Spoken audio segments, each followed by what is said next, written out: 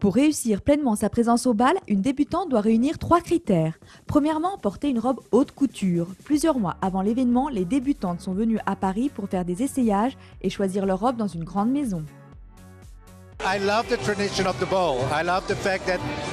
J'adore la tradition du bal. J'aime le fait que les filles défilent et soient présentées, et que les filles le fassent chacune de leur propre façon.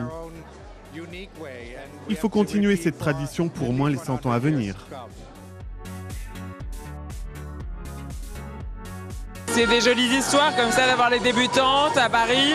Ce sont souvent des filles qui viennent de partout dans le monde et qui sont habillées par les couturiers français. C'est dur tout de même de défiler comme ça devant plein de gens. Ensuite, la joaillerie.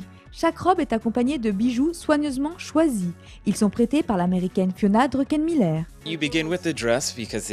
On commence avec la robe parce que c'est l'élément de base le plus facile.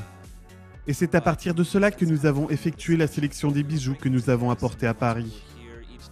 Une fois ici, chaque débutante a un caractère et une personnalité tout à fait unique. Donc nous avons retravaillé et changé les combinaisons. Il y a certaines débutantes qui sont assez discrètes, elles ont voulu des choses plus sages. Donc nous avons choisi des pièces qui n'étaient pas aussi étincelantes.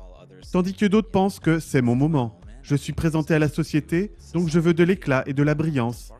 Et nous avons les pièces qu'il faut.